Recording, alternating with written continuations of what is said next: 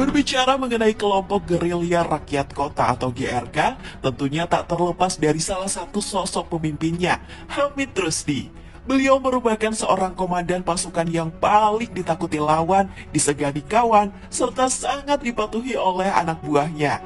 Ia juga dikenal sangat pemberani. Pernah pada saat itu, dengan santainya ia memasuki daerah pendudukan. Misalnya hanya untuk potong rambut saja, ia sengaja pergi ke Gadang yang kala itu berada di bawah kekuasaan pasukan pendudukan Belanda. Lantas di hari yang sama, pada jam 10 pagi, ia mengadakan rapat di Gang X. Hanya komandan yang memiliki mental baja saja yang mampu berbuat begitu. Hamid Rusdi lahir pada Senin Pon tahun 1911 di Desa Sumber Manjing Kulon, Pagak, Kabupaten Malang. Ia dikenal sebagai sosok pahlawan 3 era, yakni era penjajahan Belanda, Jepang, dan kemerdekaan. Di sisi lain kepahlawanannya, Hamid Rusdi merupakan seorang santri pondok pesantren Bungkuk Singosari.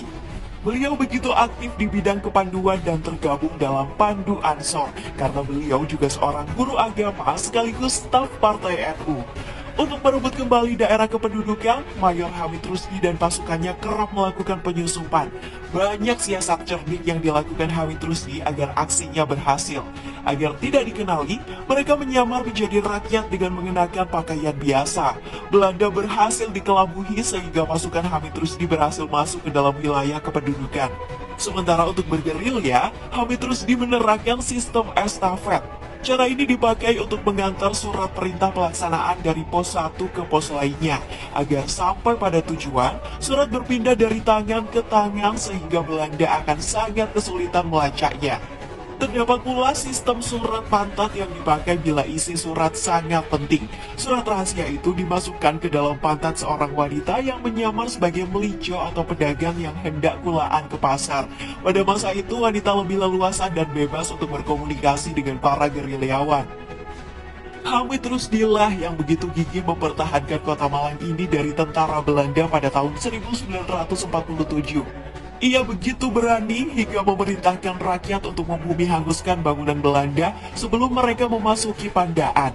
Bahkan ketika kota Malang tak dapat dipertahankan sekalipun, ia masih optimis dengan membuat pertahanan di Bulu Lawang dengan menyusun strategi merebut Malang kembali. Tengah malamnya, 8 Maret 1949 adalah malam yang bersejarah bagi istrinya Siti Fatimah dan pasukan Batalion 1 Divisi 7 Suropati. Malam itu adalah malam pertemuan terakhir Mayor Hamid Rusdi dengan mereka semua yang gugur ditembak Belanda di Wonokoyo. GKR sendiri bukanlah sebuah kelompok tetap, melainkan terdiri atas beberapa kesatuan, mulai Kesatuan Mayor Hamid Rusdi, Kesatuan Mayor Abdul Manan, Kesatuan dari Batalion Samsul Islam Pasuruan. Ketiga kesatuan ini turut serta membantu aksi gerilyawan di kota Malang.